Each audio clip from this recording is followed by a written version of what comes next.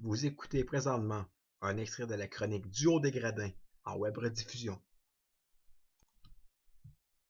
Pour plus de chroniques Duo des Gradins, de communiqués, portraits, comptes rendus, ainsi que pour tout savoir sur vos joueurs de la Ligue d'hockey Midget 3A, Ligue d'hockey junior majeur et de la Ligue nationale favori, visitez sans tarder le blog de Simon Bédard au simonbédard.ca.cx ainsi qu'au facebook.com/Duo des Gradins.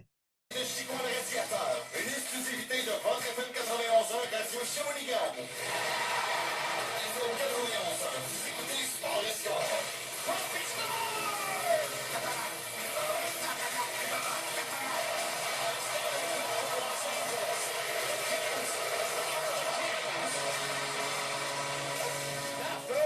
Oh my God, voici Jean Deschênes et Marc-Antoine Perrault.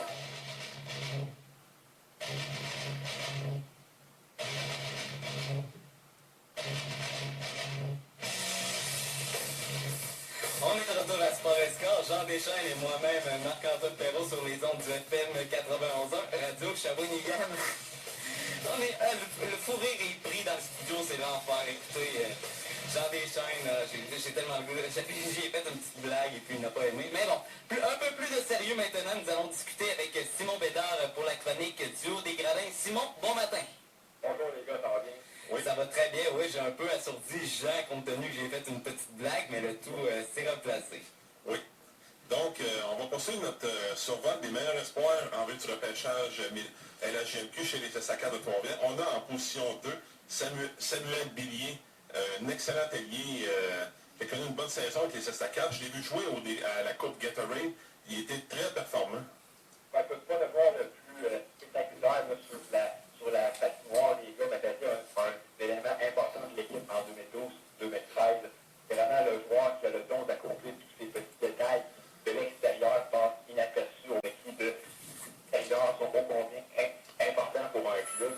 Donc, ce joueur qui a vraiment démontré une très belle progression match après match, qui a un rôle important à jouer dans toutes les c'est un joueur qui va être à surveiller parce que c'est le deuxième meilleur espoir du club. Je m'attends qu'il sorte le maximum. Alors, Simon, oui, t'es toujours là? Oui, toujours là. Parfait. On va vous écouter Samuel Billier.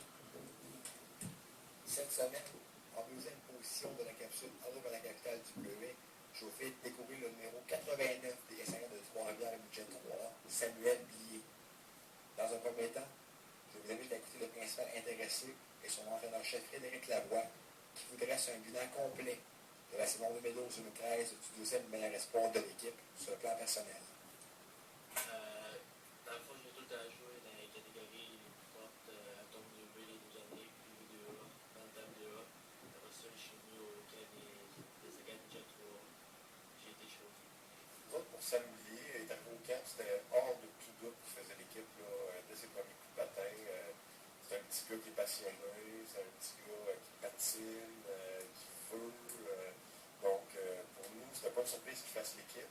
C'est un genre de joueur qui a été nommé 4e étoile cette année dans notre équipe parce que quand tu es de l'extérieur, tu ne vois pas beaucoup, mais de l'intérieur, tu vois toutes ses habiletés et son talent. Là, donc, il a connu une belle saison, il a progressé énormément. Il s'est créé une identité qui colle à la peau.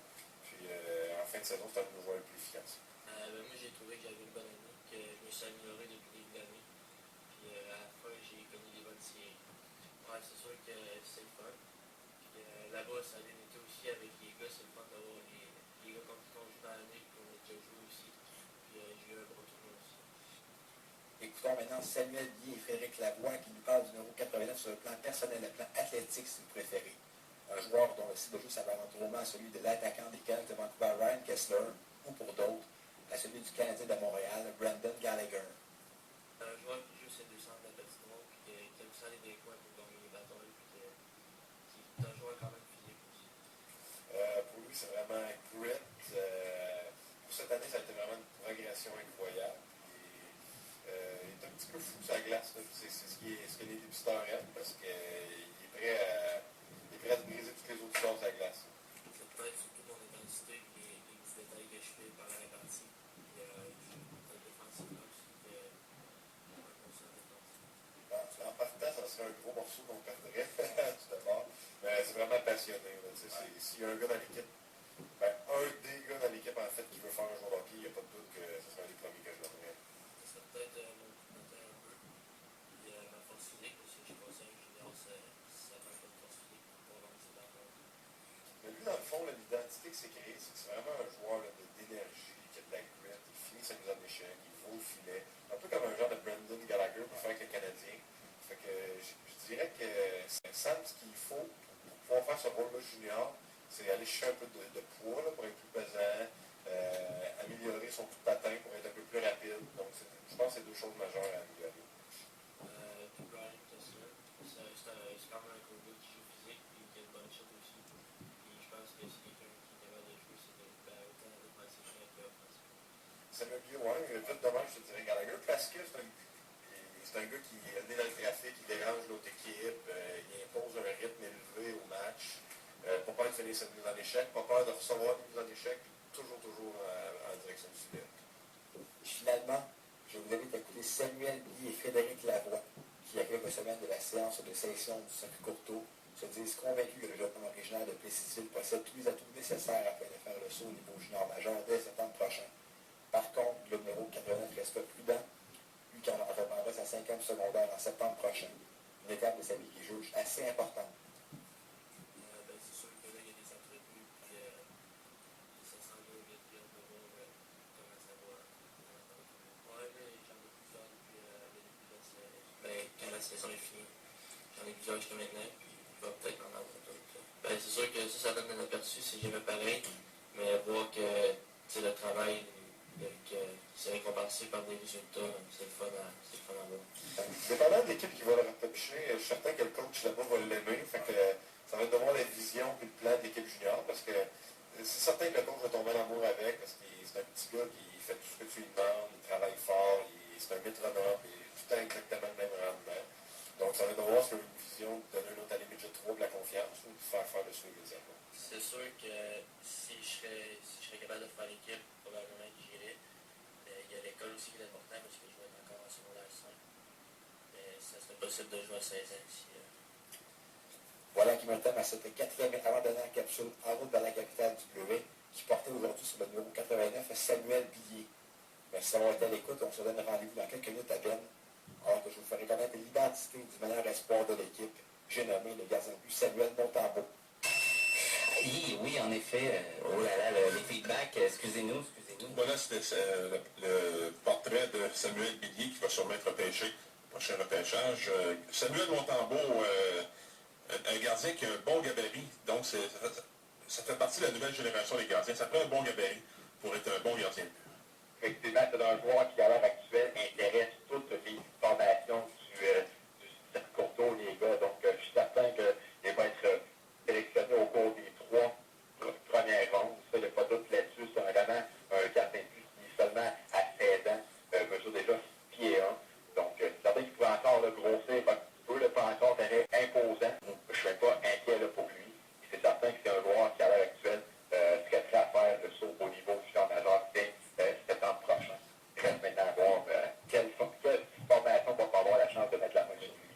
C'est vraiment connu une très, très, très bonne saison, les gars, à Trois-Rivières. Alors, on va écouter Samuel Montembeault. Pour cette 5e et dernière capsule en route vers la capitale du Bleuet, je vous fais découvrir le gardien de but des 50 de Trois-Rivières, Midget 3. J'ai nommé Samuel Montembeault. Dans un premier temps, je vous invite à écouter le principal intéressé, son entraîneur-chef Frédéric Lavoie, qui fasse un bilan complet de la saison 2012-2013 du meilleur espoir de l'équipe sur le plan personnel. Ça a bien été. Je pense qu'on est allé fort. Plus la ramasser, plus ça allait bien. Progresser. Puis en fait, l'année, c'est vraiment bien. Sam, à base, c'est un gars qui est quand même assez réservé. Fait qu'il est arrivé au camp, c'est pas un gars qui prend beaucoup de place, qui parle fort, qui dégage. Là, je dis qu'il dégage parce qu'il est très confiant, mais qui dégage une grande confiance quand tu regardes à l'extérieur. Fait que lui, il est arrivé ici tout petit, dans le sens que bien à sa place, puis plus qu'il avait avancé par ses performances à la glace, plus qu'il a pris de la place, plus que les gars l'ont vu quasiment sur un piédestal dans l'équipe, parce qu'il a vraiment été soufflant du début à la fin. Puis il s'est créé un genre de standing qu'on ne pouvait pas contester. Il était un joueur étoile dans l'équipe. C'est ça, au début, c'est de l'adaptation. La première partie était trop stressée, puis là, ça m'a viré. Après ça, on est revenu fort, on a montré le caractère, puis ça m'a aidé. Après ça, c'est le fun. C'est une bonne récompense pour tous les efforts qu'on a fait cette année. On a travaillé fort, puis là, en plus d'avoir cette récompense-là, c'est le fun. Écoutons maintenant Samuel Montembeault et Frédéric Lavoie qui prennent du numéro 31 sur le plan personnel, le plan athlétique si vous préférez. Un gardien de but qu'on compare drôlement à celui des Coyotes de Phoenix, Mike Smith, ou pour d'autres, à celui des Rangers de New York, Henrik Lundqvist. Je suis rapide. Je suis bon aussi, là, sur une bonne vision de jeu, pour contrôle de retour. Puis moi, quand un goaler, à qui je ressemble, selon moi, c'est Mike Smith qui joue pour Phoenix. Ben Sam, c'est vraiment un bon petit gars. Avec les joueurs, il est moins gêné qu'avec nous autres, en tout cas. Fait que, quand même tout entraîné, de ce que j'ai pu remarquer, là, plus qu'elle avançait. C'est très agréable à coacher, là, donc un bon petit gars. J'ai une bonne terme, j'ai une bonne qualité athlétique, là, je suis pas lancé bas. J'ai un bon contrôle de rebound, bonne lecture du jeu, bonne anticipation aussi. Ben, pour nous autres, cette année, ça a été probablement le joueur qui a le plus d'impact dans nos succès. Puis c'est notre petite étoile de l'année. Prendre les meilleures décisions en sortie de filet, lever plus notre tête, prendre plus d'informations. Puis aussi challenger plus dans le net avec moins cru. Il faut que l'équipe le prenne comme il est, dans le sens que, comme je vous dis, c'est pas un petit gars qui va arriver et qui va brosser tout et qui va parler fort. Mais sans aucun doute, il va arrêter le podcast avec le temps. Oui, je trouve que mon style ressemble au sien. Henrik Lundqvist, c'est un goaler que j'aime voir gauler, que j'aimerais ressembler. Ouais, Henrik Lundqvist, donc il va être content parce que je sais qu'il l'aime bien. C'est un gars qui, je pense qu'il observe beaucoup, qui regarde souvent les Rangers, puis je pense que son style s'apparente à lui. Finalement, je vous invite à écouter Samuel Montembeault et Frédéric Lavoie, qui se disent tous deux convaincus que le numéro 31 possède tout le bagage nécessaire afin de faire sa marque au niveau junior majeur dès septembre prochain. On les écoute en conclusion. C'est ça, au début de l'année, je ne pensais pas vraiment. Plus un an avancé, je voyais que ça allait bien, puis ça se prouvait qu'il était pas stratégique. Mais maintenant, une fois que la liste est sortie, le troisième round, je suis vraiment content de voir que ça va bien. C'est le fun. C'est sûr, plus on est allé fort, c'est comme une récompense encore une fois pour aller tous les apports qu'on a donnés. Placé haut. Le feeling est bon. La date, j'ai parlé avec 10 équipes. Enfin, 9 équipes, puis je vais en rencontrer une la semaine prochaine aussi. Moi, je suis convaincu, puis c'est le joueur que, sans aucun doute, qui est le plus prêt à jouer junior. Là, lui, il n'y a aucun doute dans ma tête. Techniquement, je ne suis pas un spécialiste, là, je suis un coach, mais il faudrait en parler plus avec son coach du gardien, Steve Mongrain. Mais pour moi, Sam Montembeault est prêt à jouer junior. Selon moi, je serais prêt. C'est sûr, là, on va voir qu'il va avoir 40 entraînements l'année prochaine. Mais moi, selon moi, je suis capable, là, si jamais dans ici, travailler fort ici pour pouvoir monter le plus vite possible. Merci Sam et Merci. voilà du matin, c'est ainsi le 5 en partage portant sur le meilleur espoir des saccades de Trois-Rivières et Midget 3 en prison de l'essence de sélection du 8 juin prochain qui aura lieu au centre Georges Lisinant de Chicoutimi. Bonne chance à tous les joueurs présents à l'événement et merci d'avoir été à l'écoute de ces 5 capsules en route vers la capitale du Bleuet. On se donne rendez-vous dans une année rapprochée. À bientôt. Simon Bédard, toujours avec nous? Toujours là, les gars. Oui, dans le fond, ça vient terminer le reportage du top 5 des meilleurs espoirs des estacades de Trois-Rivières en vue du prochain repêchage qui aura lieu le 8 juin prochain à Chicoutimi. Tu as aussi réalisé d'autres entrevues avec des joueurs actuels dans la Ligue de hockey junior majeur du Québec. Tu as réalisé une entrevue avec le gardien de but du Rocket de l'île du Prince-Édouard, plus des Islanders de Charlottetown maintenant, compte tenu qu'ils vont changer de nom la saison prochaine pour porter le nom des Islanders de Charlottetown. Et une petite parenthèse, selon certaines sources, l'équipe aurait les couleurs des Saints de la Nouvelle-Orléans ou des Penguins de Pittsburgh. Excellent, les gars. Ouais, donc j'ai eu la chance de discuter avec Antoine Thibault au cours des dernières semaines. Gardien de but, il a eu une très bonne saison, les gars. Là. Oui. Ça avait été moyen pour lui à 17 ans avec le Rocket en 2011-2012. On sait qu'il avait aussi été échangé là, après avoir participé au camp des Olympiques de Gatineau en début de saison. Et vraiment, cette saison-là, il a vraiment connu une très bonne année. Bon, rebondi de très belle façon. Et on parle même d'un gardien de but qui peut être sélectionné assez tôt lors du repêchage de Staffy Bettman qui aura lieu vers la fin du mois de juin au New Jersey. Il va aussi participer au test physique du Canadien de Montréal et des Sables de Buffalo là, dans quelques semaines à peine. Donc c'est un gardien de but qui fait extrêmement jaser et qui est en très bonne posture là, pour atteindre son rêve au cours des prochaines années. Donc, on va écouter Antoine Bibeau.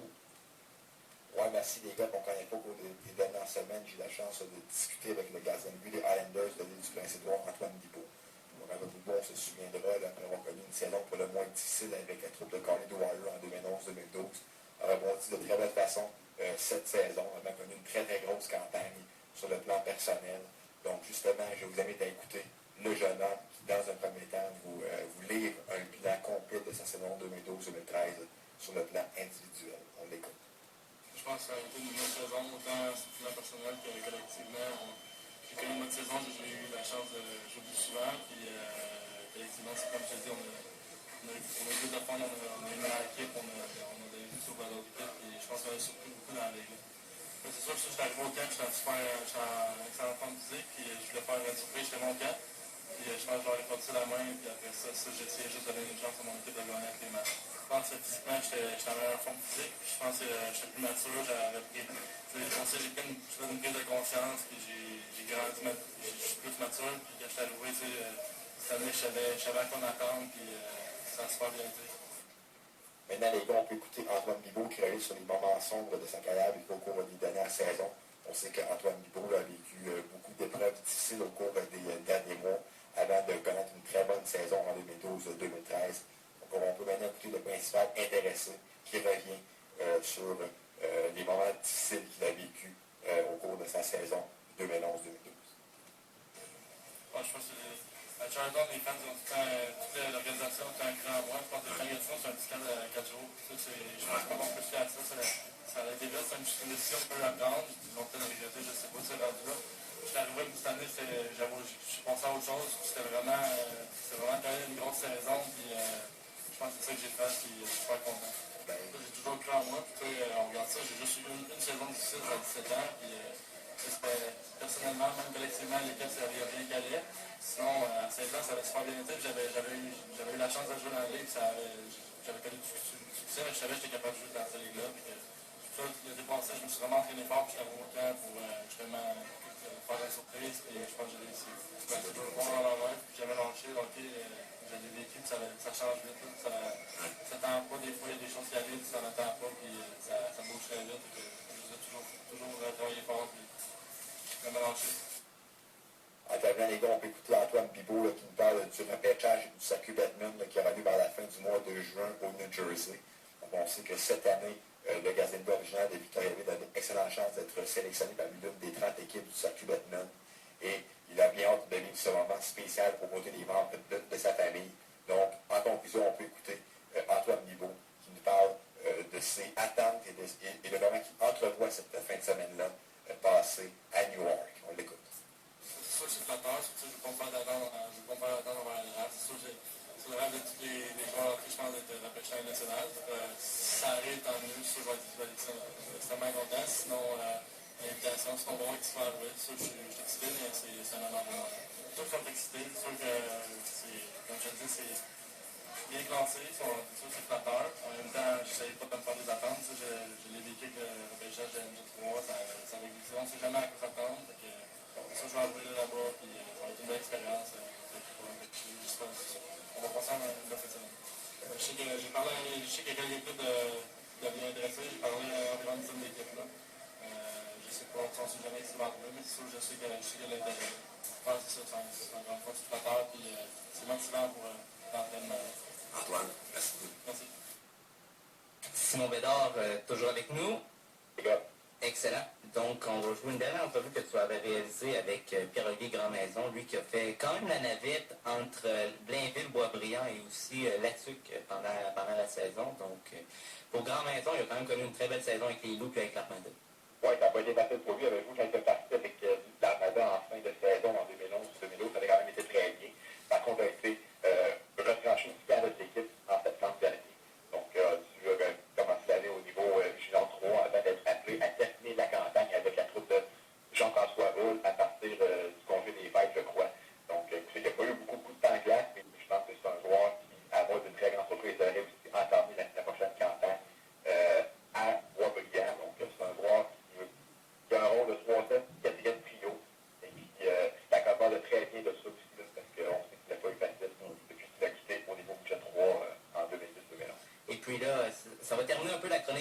Desjardins, mais c'est sûr qu'on va jouer l'entrevue. Simon, on voulait en profiter de ce moment-là pour te remercier pour toute la saison que tu as passée avec nous.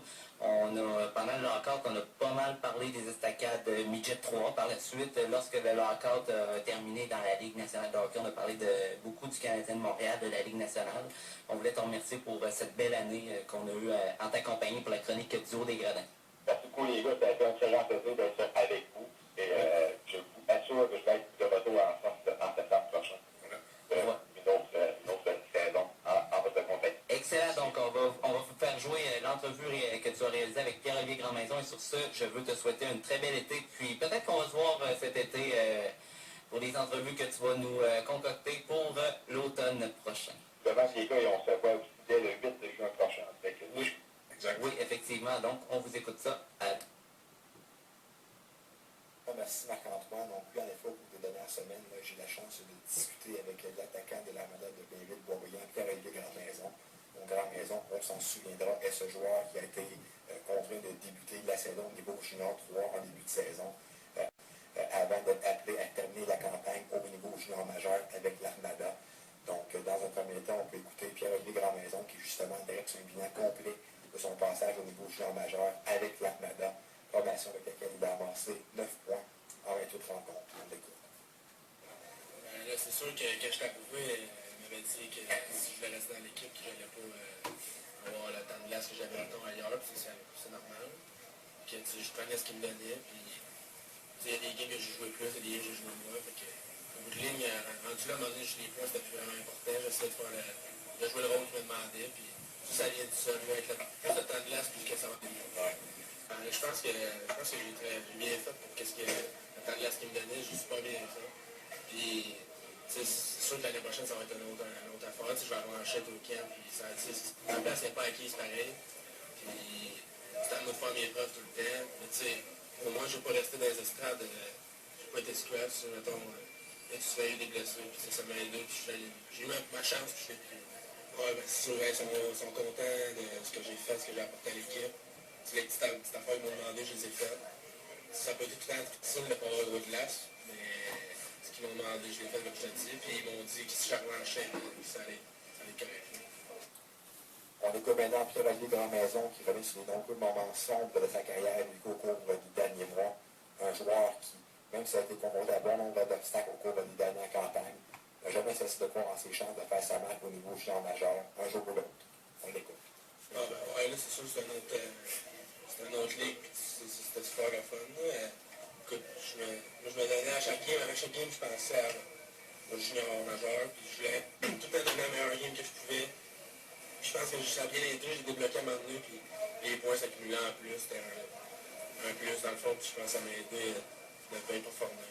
Ouais, ben c'est sûr, j'ai eu des déceptions sur dans ma vie, puis je pense que ça le karma là, c'est revenu, puis j'ai continué à travailler fort aussi, c'est pas juste la chance quelque chose, puis que je pense que je te dis, continue tout le temps à travailler, puis ça me payait cette année-là, puis il faut que je lâche. Je sais pas, j'ai tout le temps écrit que j'étais capable de jouer dans ce ligue-là, puis quand je suis autant que j'ai pas quelque chose, je lâche pas, puis la star que je l'ai eu, ben, je vais continuer à travailler fort pour monter le trio, puis avoir plus de temps de glace. En terminant, on écoute Pierre-Olivier Grandmaison qui nous parle de l'itinéraire qu'il entend bien s'imposer au cours de la période estivale et qui également nous parle des objectifs qu'il aimerait bien atteindre au cours de la campagne 2013-2014 avec l'Armada de Blainville-Boisbriand. On l'écoute en conclusion. Ah, ben là, ça fait 2 semaines et demie qu'on a fini, fait que je finis mon temps de repos, puis après ça, je m'entraîne à Boisbriand, puisque les gars s'entraînent l'été avec notre complexe. Ouais, là, je pensais bien que, comme je t'ai dit tantôt, ils m'ont dit si j'avais en chaîne que ça allait venir dans l'eau. Dans le fond, ce que je contrôle, ben, c'est m'entraîner fort de la plancher, fait que ça, je vais le mettre en application, puis je vais arriver au camp après, puis on va pas choisir notre temps. Ben, c'est sûr que le temps de glace, tout ça vient de ça, mais je vais regarder au début de l'année, c'est comment ça va être, puis tout ça. Fait que, ce qui m'embauche, ce que je me dis tout le temps, c'est que je fais ce que le coach me demande. Là, je vais faire le meilleur que je peux dans ce qu'il a le choix. Merci beaucoup. Ça fait plaisir. Du nouveau au restaurant